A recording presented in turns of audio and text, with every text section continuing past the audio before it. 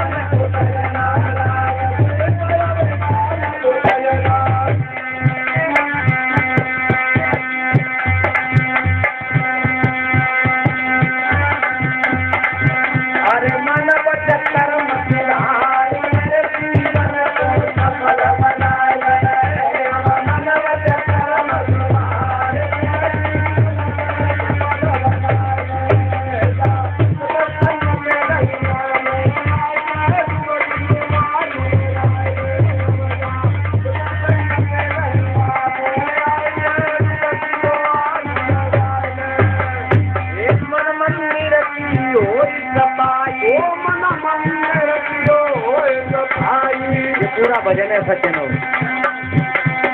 मैंने देखा है साधु बनकर के जीवन बीतेगा लेकिन मन वैसा का वैसा ही बना रहा है। बाहर से तो बदल गए लेकिन भीतर से बो के बो ही रहे। इसलिए ध्यान रखना, बाहर से बदलने की कोई जरूरत नहीं है भैया। मैं कभी नहीं कहता हूँ कि तुम आप अपने घर परिवार को छोड़ करके और तुम कहीं पहाड़ों पर और कंदराओं पर चले जाना। बाहर के बदलने की बात नहीं है, बाहर से तो कैसे बदल जाते हैं धीरे धीरे। कभी बच्चा थे, फिर कभी जवान हो गए, फिर कभी वृद्ध हो गए, बदल तो जा रहे हैं नहीं। लेकिन वास्तव में बात बदलने की है भीतर से। इसलिए मन मंदिर की ओर सफाई तो ज्ञान को जब है मेरे भाई। मन मंदिर की ओर सफाई तो ज्ञान को जब है मेरे भाई। अरे सब ज्ञान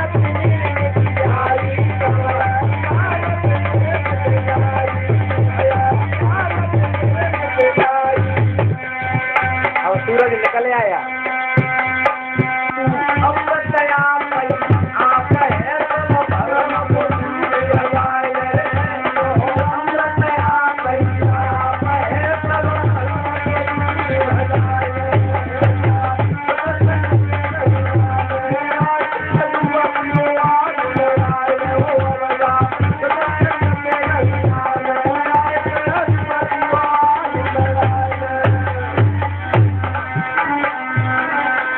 लेकिन वास्तव में हमारे अंदर की जो तृष्णा है, वासना है, इस पर मैं अब एक कड़ी निवेदन करके फिर सुनाऊंगा।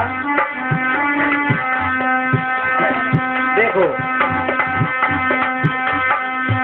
अरे ममता तू न गई है मेरे मन से, ममता तू न गई हो मेरे मन से, ममता तू न गई मेरे मन से। ये पैर थके कर कांपन लागे। ये तुलसी बाबा का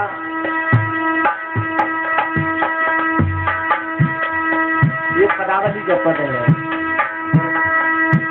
ये पैर थके कर कांपन लागे, कांपन लागे।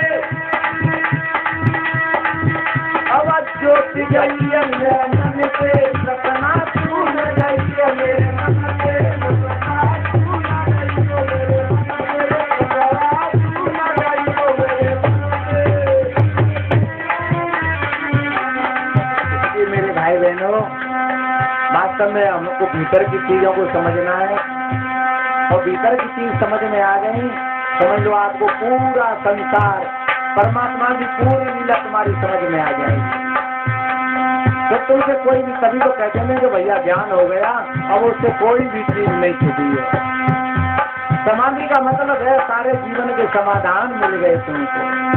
अब कोई संशय नहीं है, किसी प्रकार की भीतर की दौड़ नहीं है। इसलिए मेरे भाई बहनों, मैंने बोला था अभी